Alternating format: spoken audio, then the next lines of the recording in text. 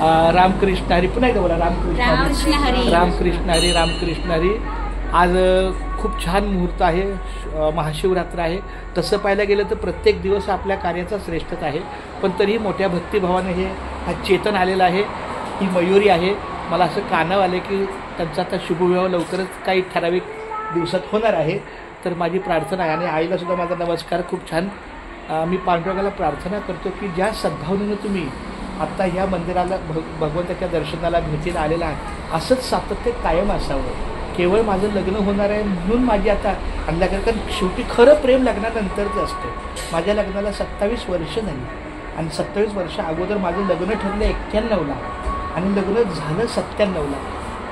म्हणजे मलाही 7 वर्षाचा अनुभव त्या परिचयाचा आहे. पण तरीसुद्धा खरं प्रेम, जागृत प्रेम कधी असतं? लग्नानंतरच असतं. त्यामुळे आता किती छान प्रेमाच्या गोष्टी झाल्या तरी पण खरी प्रेमाची भावना ही लग्नानंतरची आहे. मी मयुरीला आणि आमच्या चेतनला आशीर्वाद देतो. खूप प्रार्थना करतो पांडुरंगाला की त्यांच्या सातत्यानं विचारामध्ये सद्बुद्धीमध्ये यावी, भगवंताचं नामस्मरण करावं. हा जिथे कुठे कामाला असेल तिथं त्याला यश मिळावं. मयुरीलासुद्धा त्याच्या संसारामध्ये सुखामध्ये आयुष्य मिळावं. मयुरीच्या आईवडिलांना उदंड आयुष्य लाभो. आमच्या स्वामी माऊलींना पण खूप छान आयुष्य लाभो. बाबा नाही आले?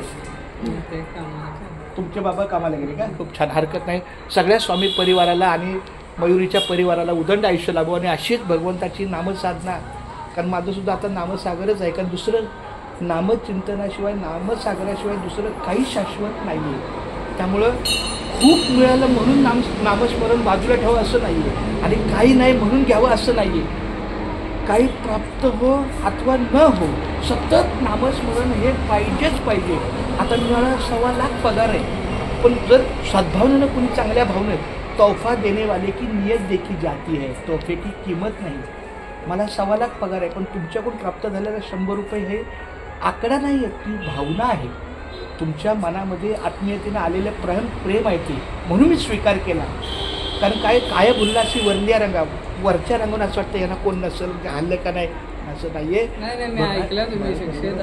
मला कल्पना आहे, माझ्या मनातला भाव सांगितला की तोहफा देने वाली की नियत देखी जाती है, तोहफे की किंमत नाही. ते 100 रुपये मला लाखप्रमाणे आहे. का?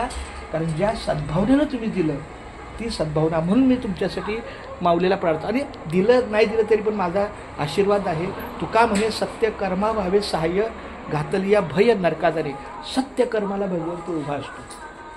तुम्ही सतत तुमचं सत्य कर्म करत राहा.